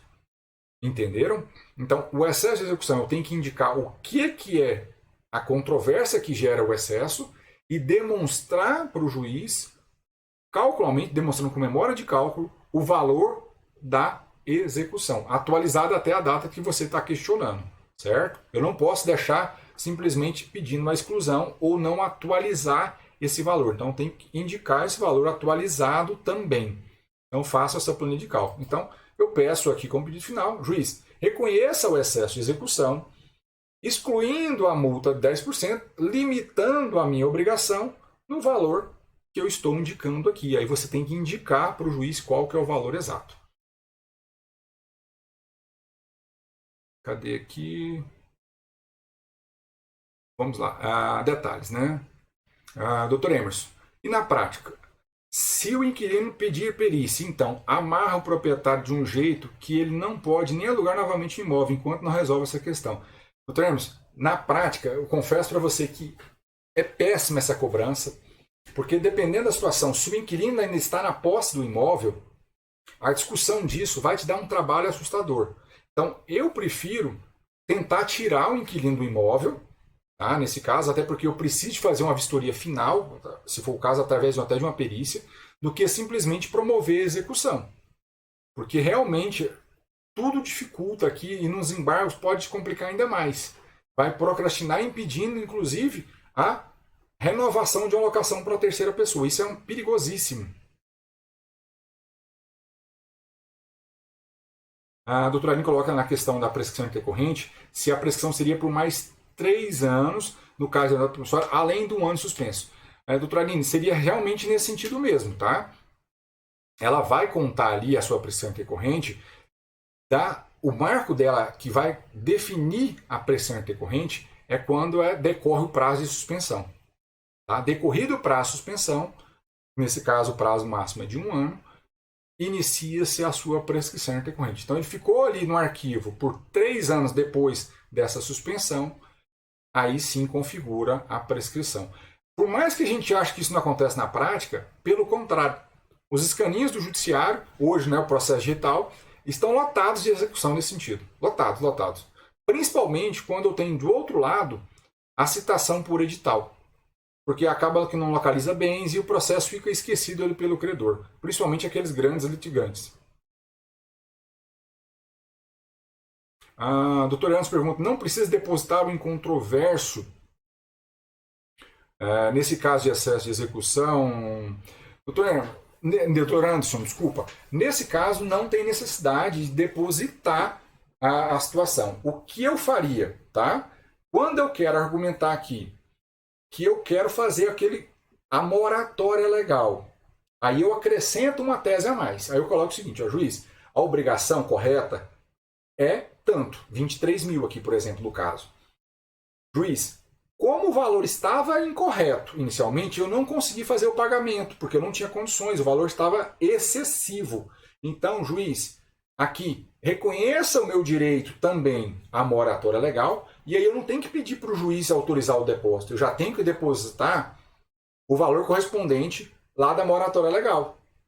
E aí pagando depois sucessivamente as prestações, entendeu? Mas para efeito de embargo de execução, não. A não ser na hipótese que eu queira, tá, um efeito suspensivo dos meus embargos, tá, doutor Anderson? Aí, nesse caso, para que eu consiga o efeito suspensivo, eu preciso garantir a execução. Aí sim, realmente eu preciso garantir. Vamos lá. Uma outra situação, duplicata. Duplicata sem força executiva. Essa é uma hipótese bem comum, eu acho que é a última hipótese que a gente vai conseguir trabalhar com vocês hoje, embora a gente tenha mais teses aqui. A duplicata, como regra geral, ela precisa ser aceita pelaquela pessoa, que é a figura do devedor. Lá na legislação, ela fala a palavra aceite. Então, a pessoa expede uma duplicata mercantil, normalmente utilizada pelas empresas, para aquela pessoa pagar uma obrigação na data X. O devedor, ele tem que expressar na própria duplicata que ele aceita, ele expressa seu aceite ali. Então, se eu tenho o aceite na duplicata, a duplicata tem força executiva. Mas o que acontece na prática é que a duplicata em si, ela não tem o aceite, ela não tem a assinatura do devedor da obrigação ali aceitando aquela obrigação como líquida, certa e exigível. E aí eu dependo da conjugação de outros requisitos legais que são interpretados pela jurisprudência. Então, o que acontece? A duplicata ela tem uma lei específica também, a 5474 de 68. E ela fala, dentre os requisitos essenciais, que não interessa para o momento agora para nós, que eu preciso ter a declaração do reconhecimento de sua exatidão e da obrigação de pagá-la a ser assinada pelo comprador como aceite cambial. Isso aqui seria o aceite do ponto de vista legal. Tá? Então, aquela pessoa que é o devedor, ele vai assinar ali. Agora, para eu cobrar judicialmente essa duplicata, né, ou a triplicata, eu vou ter que ter outra medida quando não tem aceite. Então, cumulativamente, a própria legislação fala o seguinte: não tendo o aceite expresso, assinado ali na cártula, eu vou ter que ter o protesto daquela duplicata. Mais do que isso, ela vai ter que ter o acompanhamento do comprovante de entrega do produto ou da efetiva prestação do serviço, porque pode ser referente a uma prestação de serviço, e que não tem uma recusa expressa daquele aceite, porque às vezes a duplicata é encaminhada para aceitar e de modo expresso ali é consignado que ele não aceita aquela duplicata. Então nesse caso não poderia fazer execução. Mas eu tendo a comprovação da entrega, eu tendo a duplicata e mais eu tendo o protesto, poderia-se fazer a execução. O que acontece na prática é que as pessoas fazem o protesto, né, os credores protestam a duplicata, mas não instruem a execução com um comprovante de entrega da mercadoria ou a prova da prestação do serviço. E aí está o prato cheio para você, devedor, questionar a força executiva da duplicata. E isso é referendado pelo STJ, que a duplicata que não tem aceite expresso, ela só tem força executiva quando ela revela esses requisitos que eu mencionei para vocês: protesto e comprovação da entrega do produto ou prestação do serviço efetivo. E aí, no seu caso concreto, você vai ter que demonstrar para o juiz: aqui tem o protesto, mas não tem a entrega da mercadoria. Nenhum dos documentos que ele apresenta na inicial de execução comprova que a mercadoria foi entregue. Só que aí eu tenho que ter um cuidado muito grande, porque eu vou ter que conversar com o meu cliente, eu tenho o dever ético como advogado, falar: você de fato recebeu essa mercadoria ou não? Por quê? Se eu questiono isso, depois, né, na manifestação, na impugnação dos embargos, esse credor ele vem e apresenta o comprovante, por mais que, formalmente falando, isso vá desconstituir a execução, pode ser que você pegue um juiz que entenda que há uma defesa meramente protelatória. E isso pode, inclusive, ensejar a litigância de má-fé. Então, muito cuidado com a tese defensiva. Você vai ter que conversar bem com o seu cliente, se ele recebeu o produto ou se foi prestado o serviço ali específico. Certo? Então, vamos lá. Então, a falta do aceite expresso está observado nos documentos florestais. Você tem que contextualizar, não basta argumentar abstratamente, juridicamente falando: olha, a lei 5474 fala que tem que ter o aceite expresso. Não, fala: olha, a duplicata de florestais não tem assinatura do devedor, então não tem aceite expresso. Mais do que isso, não tem aceite tácito, porque não foi entregue a mercadoria. Eu não tenho a mercadoria entregue, não foi prestado o serviço e ela não comprovou na inicial isso.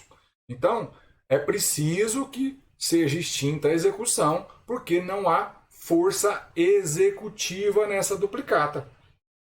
Certo? Então, em resumo, a nulidade da execução aqui seria porque não tem força executiva. E aí você vai concatenar isso concretamente com o que tem de prova nos autos. Vamos lá. Os doutorandos coloca 30% e mais 6. Isso mesmo, na moratória legal, viu, doutorandos? Vamos lá. E só para finalizar, né? Então reconhece a ausência de força executiva e declara nula a execução nesse caso aqui. Isso significa que aquele credor perdeu o seu direito? Não. Ele vai poder promover uma ação de conhecimento. Muitas vezes, o que a gente consegue na defesa do executado, na grande maioria das vezes, é defesa dilatória.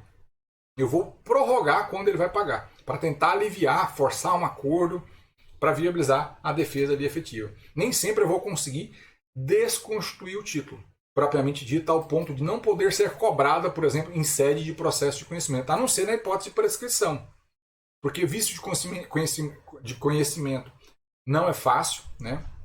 O vício de consentimento não é fácil demonstrar, como disse a doutora Aline, vai ter que depender muito do caso concreto, né? Então, isso dificulta muito a sua defesa. Então, você vai se valer muito das defesas meramente dilatórias, que vai extinguir a execução, mas não vai extinguir o crédito daquela pessoa que está ali cobrando, certo? Então, essas seriam as defesas gerais que eu queria trazer para vocês, mas eu quero fazer uma pontuação final. Tenha um pouquinho mais de paciência aí com vocês, que eu vou trazer algumas questões interessantes aqui para a gente fechar a nossa aula.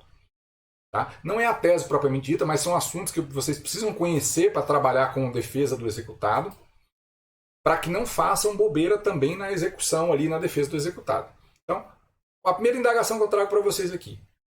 A gente sabe que um instrumento de transação referendado pelo Ministério Público, pela Defensoria Pública e pelos advogados dos transatores, percebam que o Código de Processo Civil ele trata no plural. Advogados dos transatores constitui título executivo. E aí vem a pergunta. O contrato assinado por apenas um dos advogados tem validade? Depende. Essa é a primeira observação. Se, por exemplo, aquele advogado que assina ali, ele representa um só dos transatores, aí não tem força executiva.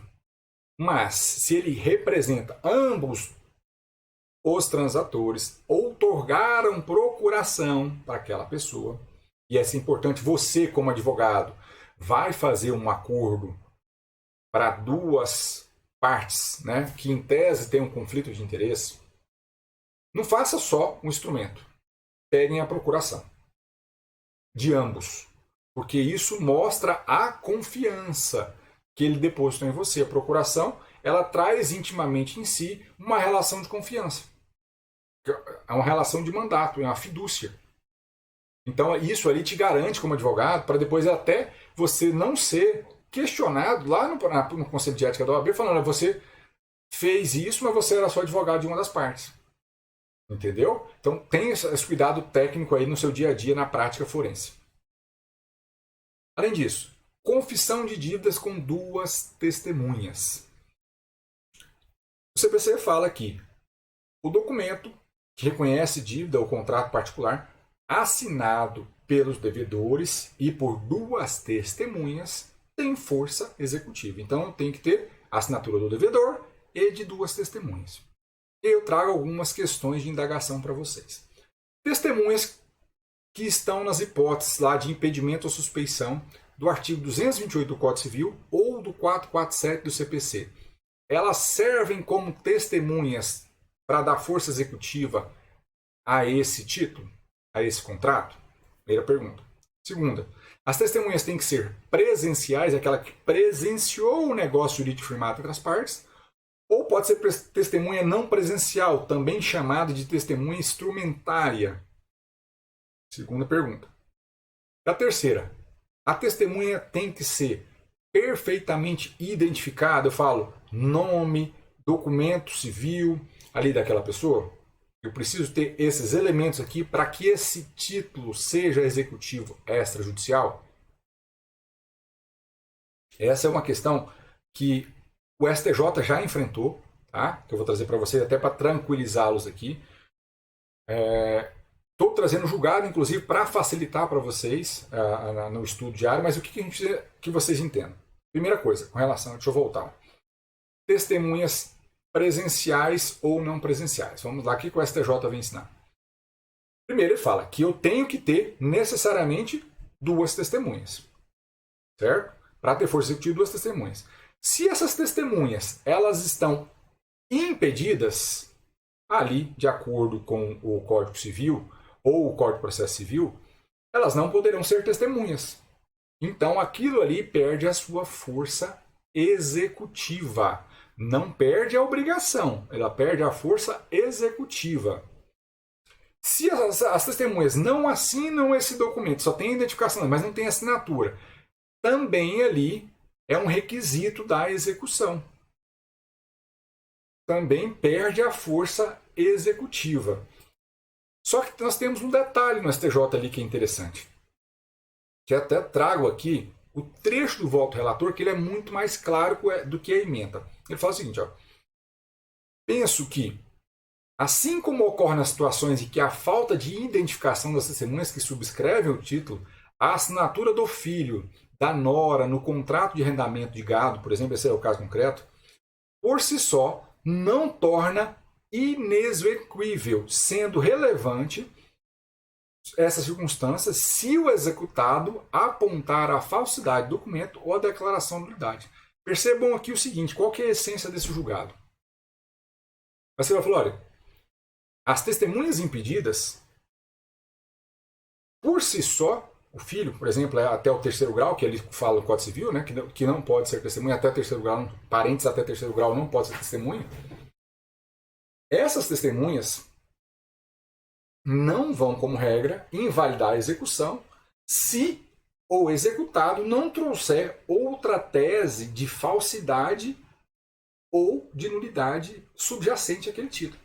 Se eu simplesmente trouxer a tese que não é título executivo por ser testemunha impedida, o STJ vem afastando essa tese. Olha, eu tenho que ter uma conjugação de tese, impedimento com falsidade do documento ou declaração nele contida. Por que que isso acontece? A essência, a lógica desse julgado. Porque as testemunhas do contrato, a finalidade dela é, quando surge algum questionamento, elas serem chamadas em juízo para confirmar o conteúdo operacional estampado no contrato. Se elas estão impedidas, elas não vão poder prestar o testemunho. Mas se eu não tenho tese trabalhando com a falsidade do documento ou da declaração, o STJ entende que não cabe ali afastar a força executiva e mantém-se a execução. Isso é um detalhe muito importante que a gente precisa estudar para o nosso dia a dia ali. A doutora Aline coloca aqui, no caso de outra parte não ter advogado. Se aquela outra parte ela deseja fazer um instrumento de transação e confia na sua atuação, eu pegaria ali a procuração, tá, doutora Aline? Para que depois, se alguém vir alegar, olha, aquele advogado ali agiu para me lesar, você teria instrumento suficiente para provar que não. Ambos confiaram na sua intermediação, na sua referendação ali praticada. Entendeu, doutora? É para precaução sua. E também a gente tem ali nota promissória sem força executiva. Tá? Só complementar aqui para você. A súmula 258 do STJ fala que a nota promissória vinculada a contrato de abertura de crédito não goza de autonomia para que se promova a execução. Então, eu tenho uma nota que é vinculativa, expedida em razão de um contrato de abertura de crédito. Normalmente, instituições financeiras fazem isso. Essa nota não tem autonomia para a sua execução. Eu tenho que executar o contrato, certo? Além disso, a gente tem para vocês aqui para discutir adimplemento substancial e alienação fiduciária. Não cola mais a tese de adimplemento substancial em alienação fiduciária de veículo. Eu não posso sustentar isso mais. Isso não tem mais viabilidade nenhuma. Então, tomar muito cuidado com isso. E, por fim, pessoal, acho que para fechar a aula de hoje, eu vou falar um pouquinho com vocês sobre impenhorabilidade do bem de família. Tá? No final eu falo com isso, tá, doutor Ernst? Então, só para a gente completar a aula aqui, falar com vocês agora um pouquinho sobre impenhorabilidade. Por quê? Nem sempre eu vou conseguir trabalhar primeiro nos embargos de execução, como eu falei já para vocês. Nem sempre, quando for escoado o prazo ali de embargo de execução, eu vou ter uma penhora. Mas se tiver, eu tenho que trabalhar com ela ali nos embargos de execução. Não esqueçam disso. Houve a penhora dentro do prazo de embargos, eu vou trabalhar nos embargos e não em outra petição. Foi depois, eu vou fazer a minha argumentação ali. O que eu preciso ter para trabalhar bem com a impenhorabilidade do bem de família? Primeiro, em imóvel urbano, eu tenho que ter um imóvel único de caráter residencial. Essa é a primeira regra. A pessoa tem que residir nesse imóvel, mas também pode acontecer dela não residir, mas ela extraia frutos daquele imóvel. Por exemplo, um imóvel locado. Eu tiro o valor daquela locação para minha subsistência. Então, nesse caso, ou por exemplo, eu moro de aluguel também, mas tenho um imóvel próprio. que é alocado a terceiro. Eu alugo por um valor maior e alugo o meu imóvel para morar a valor menor. Aquele valor ali é para minha subsistência. Então, não é possível a penhora. Então, eu tenho que arguir a impenhorabilidade daquele imóvel urbano. E na hipótese de imóveis de altíssimo valor? A jurisprudência vem entendendo que não é relevante o valor do bem, porque a legislação, a Lei 8.009 e nem o Código de Processo Civil trabalham com a ideia de valor do bem. As características e requisitos são imóvel residencial urbano, residência ou percepção de frutos. O valor do bem é irrelevante, então você vai sempre trabalhar com isso, mesmo que seja uma mansão. Você vai alegar a impenhorabilidade ali pelo bem de família. Outra observação que a gente traz para vocês aqui. A proteção que a gente tem ao imóvel, eu sou dono de um imóvel, por exemplo. Mas eu tenho outra situação em que eu não sou dono ainda, eu financiei um imóvel e moro nele. Esse financiamento, ele não me dá propriedade ainda, eu sou um proprietário resolúvel na situação ali. Eu tenho a posse direta e a posse indireta é do banco, da instituição financeira. Nesse caso, eu posso penhorar o imóvel? Não. Primeiro, porque o imóvel não é daquele devedor. Segundo, eu posso penhorar o crédito decorrente desse contrato? Em regra geral, poderia, mas o STJ vem entendendo que, assim como eu empresto efeitos de impenhorabilidade ao bem de família, aquele meu único imóvel financiado, o crédito que eu tenho decorrente daquela relação também não está sujeito, porque ele tem a mesma característica ali da impenhorabilidade. Entenderam? E aí eu trago para vocês aqui uma série de julgados como nota de rodapé para vocês citarem de modo facilitado na petição de vocês. Certo? Vamos lá, para a gente finalizar. Na questão da fiança em contrato de locação, né? Vocês estão acompanhando isso aí. Essa discussão agora está acesa, está recente. Então, primeiro, a regra geral, definida pelo STJ, inclusive com repetitivo e súmula já editada, é que é viável a penhora de imóvel, né, mesmo que bem de família, pertencente a um fiador no contrato de locação. Isso é a posição do STJ. Mas o STF está para enfrentar agora, recentemente, se na locação comercial isso aí seria constitucional. Nós precisamos esperar esse julgamento aí em sede de repercussão geral no STF, para ver se vai consolidar sendo penhorável ou impenhorável. Eu entendo que tem que ser impenhorável, porque numa locação comercial, com muito mais razão, não deve prevalecer o direito creditício em detrimento à menor onerosidade do devedor. Certo? Então, nesse caso, deve prevalecer a dignidade do devedor e a menor onerosidade dele, que é um dos princípios básicos da execução. Por fim, nós temos o imóvel rural.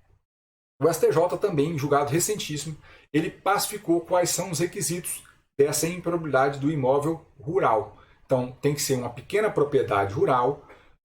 E o que é pequena propriedade rural ainda não está definido em lei, segundo o STJ, inclusive, fixou que isso é até 4 módulos fiscais, respeitada a parcela mínima de fracionamento. Então eu vou ter que estudar a legislação aí de cada estado, qual que é o módulo fiscal mínimo de cada.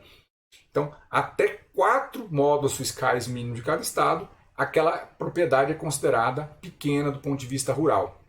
Além disso, esse imóvel tem que ser explorado pela família. Então, esses são os dois requisitos: pequena propriedade rural e imóvel explorado pela família. E perceba uma palavra empregada: explorado pela família. Isso não significa e não é requisito para a impenhorabilidade. Eu trago para vocês aqui embaixo que o imóvel tem que servir à moradia daquela família. Não precisa. O imóvel rural não depende da moradia. Basta que eu explore alguma atividade produtiva ali. E mais do que isso, não é requisito que esse débito seja oriundo de uma atividade produtiva. Perceberam? Então, eu tenho requisito propriedade rural pequena e imóvel explorado pela família. Moradia não é requisito, tá? E também que o débito exequente seja oriundo de uma atividade produtiva. Isso também não é um requisito. Além disso, a proteção vai permanecer aqui ainda que essa propriedade rural seja oferecida como uma garantia hipotecária. Lembrem que lá na Lei 8.009, essa constitui uma exceção legal. Dívidas constituídas para a aquisição do próprio imóvel não enseja a impenhorabilidade. Ela quebra a regra da impenhorabilidade. Aqui, o STJ entende que, no caso de imóvel rural, isso aqui não incide nesse caso. Então, se eu ofereço um imóvel como garantia hipotecária, não vai se aplicar a possibilidade de penhora nesse caso concreto. E por fim, eu deixo aqui para disposição, consulta de vocês, todas as súmulas do STJ que versam sobre o assunto de impenhorabilidade. Eu não vou ler para vocês, para a gente não perder tempo, tá? Até porque a gente já tem 1h50 de aula aí com vocês. Eu tento fazer uma aula mais curta, eu prometo, toda semana eu prometo para mim mesmo, falar, eu vou fazer uma aula de 50 minutos, não consigo. Porque eu acho que a gente tem que sempre trazer mais conhecimento para vocês, aprofundar mais o conteúdo de vocês, oportunizar o debate. Meu sonho ainda é que a gente conseguir fazer aulas aí com interação em tempo real com vocês, que eu acho que fica muito mais dinâmico, muito mais calorosa a aula do que simplesmente um chat. Vamos responder o Dr. Hermes aqui.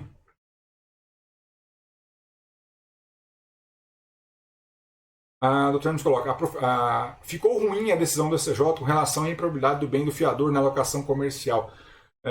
Doutor Hermes, eu acho que foi péssima. Né? A minha esperança é o STF ser, né, a favor do cidadão e reconhecer aí que nesse caso é inconstitucional essa possibilidade de penhora. Tá?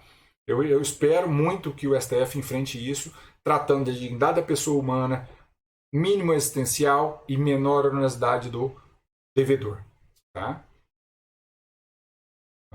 Cadê o título? Vamos lá. Se o título executivo tiver uma cláusula de negócio processual na forma 190, autorizando penhora de poupança salário, é válido executar com base na cláusula? Excelente pergunta também, Luiz. Obrigado pela participação de vocês. Eu falo, a participação de vocês só enriquece o conteúdo da aula todos os dias. No caso, negócio jurídico processual, execução. É possível, como regra geral, eu estabelecer negócios jurídicos processuais, tá? Para reger a minha execução. Recentemente, o STJ veio a decidir, se eu não me engano, no finalzinho de 2020, falando que negócio jurídico processual não pode, né, envolver questões de ordem pública. Né? E isso é complicado. Mas tem esse julgado recente do STJ.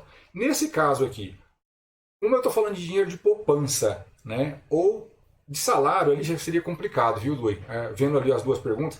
De poupança eu entendo até que seria possível esse negócio jurídico processual. Do salário, eu acho que aí já seria complicado, a não ser que respeite a margem da interpretação do próprio STJ, que é possível a penhora parcial de salário para fins de pagamento de dívida alimentar.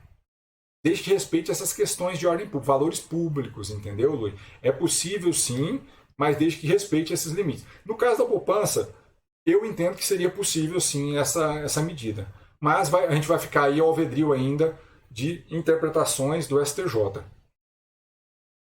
A doutora Ramos coloca, eu discordo com respeito no caso de locação comercial e fiador. Se ele é de livre e espontânea vontade, oferece uma nova garantia, tem que ser válido a penhora. Doutor Hermes, eu concordo assim, com a sua posição divergente. Eu entendo perfeitamente isso, mas o problema que eu vejo, doutor Hermes, por que eu falo isso? Né? Não é à toa que eu sou defensor público, viu, doutor Hermes? A gente sempre vê, às vezes, as coisas sobre a ótica dos fracos e oprimidos, vamos assim dizer. Né? Então, pensamos o seguinte, numa locação comercial, você é um empresário que alugou um imóvel para fins comerciais ali, e aquele locador te exigiu necessariamente um fiador. Você não tem outro meio de locar isso.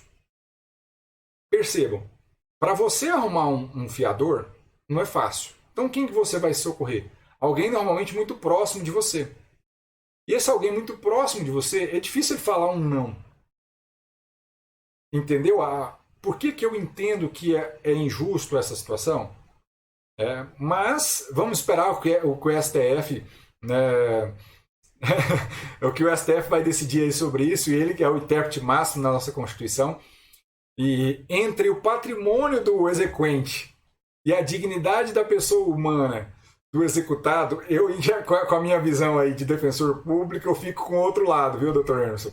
Mas, assim, sua posição jurídica não é a técnica, longe disso, tá? Não estou aqui para falar que existe a tecnia ou é errada a sua visão. Eu acho que são dois pontos de vista colocados sobre posições diferentes do negócio, né? Ambas são perfeitamente válidas dentro do nosso ordenamento jurídico. Por fim, o doutor antes até complementa ali, ó, se ele oferece o bem e depois argui a impenalidade, até como uma fé. É como eu falei, viu, doutor antes? São posições que a gente está, ângulos diferentes que a gente está enxergando a questão. Tecnicamente, não é errado a argumentação que o Dr. Emerson e o Dr. Anderson estão colocando. Não é errado, não. É uma posição realmente pessoal de defensor público dos fracos e comprimidos, não, dos fracos e oprimidos, né? Só para fazer uma brincadeira com vocês, para final de aula. E por fim aqui, o Dr. Anderson coloca, né? E a boa-fé do locador que aceitou o bem como garantia. O locador, então, fica no prejuízo. Existem outros meios de execução, né? Vamos tentar os meios alternativos, né? Outro crédito. Eu também concordo com você que aquele devedor que vai alegar a impenhorabilidade do bem de família e ele que mesmo ofereceu voluntariamente esse bem, ele tem que oferecer outros meios para isso, porque senão o ato dele pode ser reputado como atentatório à dignidade da jurisdição. Concordo plenamente com vocês. Não é simplesmente alegar a impenhorabilidade. Aí ele teria também de fornecer outros meios de pagamento dessa dívida. Aí eu realmente estou na linha com vocês.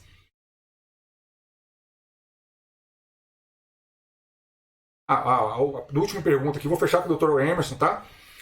Comente como o advogado do credor deve fazer na prática quando distribui a execução. Ele deve guardar o título de crédito no escritório ou depositar no escritório? Mais uma vez, eu acho que a gente vai fechar uma aula com a participação de vocês fantásticas, como sempre. Obrigado pela participação mesmo, doutor Hermes, doutor André e todos, né?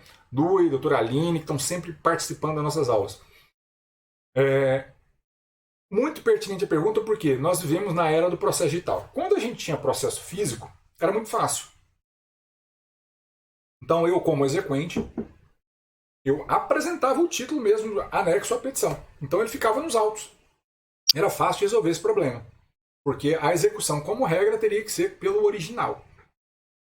Agora, com o título, ficando com o credor diante de um processo digital, porque ele não apresenta originalmente ali, o correto, mais preciso e técnico, à luz da Lei 11.419, que é a Lei do Processo Eletrônico, seria o quê? Eu apresento a cópia e deposito isso em cartório. Só que o judiciário também não quer ficar como um curador desse documento. Ele não quer. Então, fica sobre a responsabilidade daquele credor. Por exemplo, aqui tem juízes, e tem vários juizados especiais em Mato Grosso do Sul, que a pessoa apresenta em cartório isso no prazo de 10 dias e é batido um carimbo ali que aquele documento, aquele título executivo está vinculado a um processo número tal. Então, cada juízo, cada estado tem implementado de uma forma, mas aquele advogado ele tem responsabilidade sobre isso. Ele, por exemplo, ele executou um título. Se houver uma nova execução pautada nesse título, ele também vai poder ser responsabilizado, não na execução diretamente, mas perante o Conselho de Ética da OAB, com certeza. Né? Essa é uma forma. Então, o que eu faço? Eu busco, né, sempre oferecer para que o juiz recolha esse título em depósito. Esse é o caminho que eu busco, até para eu me livrar de ser o depositário desse título. Eu sempre ofereço isso. E apresento o cartório. Se o juiz recusa, aí ele vai pôr um carimbo ali falando que está vinculado. E aí fica até difícil de alguém promover a execução. E aí o que eu faço? Eu transfiro a responsabilidade para o meu cliente. Essa é a lógica que você tem que fazer. Então você vai pegar, entregar esse título ao seu cliente, falando, olha, o título tal está vinculado à execução número tal, promovida contra a pessoa tal, e aí você vai documentar que está entregando esse título ao seu cliente. Porque nós devemos guardar esse documento até o fim do prazo prescricional e, se for o caso de cabimento de ação rescisória, até o fim do prazo da rescisória. Tá? Então, faça isso por cautela sua como advogado no dia a dia. Devolva o título ao seu cliente e documente isso. tirando uma cópia, anexando isso nesse documento e guarde ali, ou digitalize guardando no seu escritório. Certo? Eu agradeço aqui, a aula vai ser disponibilizada, né, no nosso canal do YouTube, automaticamente aqui. Hoje, graças a Deus, acredito que a gente conseguiu finalizar aqui. E o material eu vou mandar para vocês logo amanhã cedo já, tá? Pode ficar tranquilos, para a gente finalizar. E mando também a estrutura da peça dos embargos à execução para vocês. Na próxima aula vamos falar sobre desconsideração da pessoa jurídica. Peço para vocês compartilhem nossas aulas, para que a gente consiga ampliar mais cada vez. Eu vou verificar o que foi esse problema aqui que aconteceu hoje e em seguida a gente disponibiliza para vocês aí esse conteúdo. Eu agradeço, uma boa noite, uma excelente semana a todos e a todas. Até mais, até a próxima.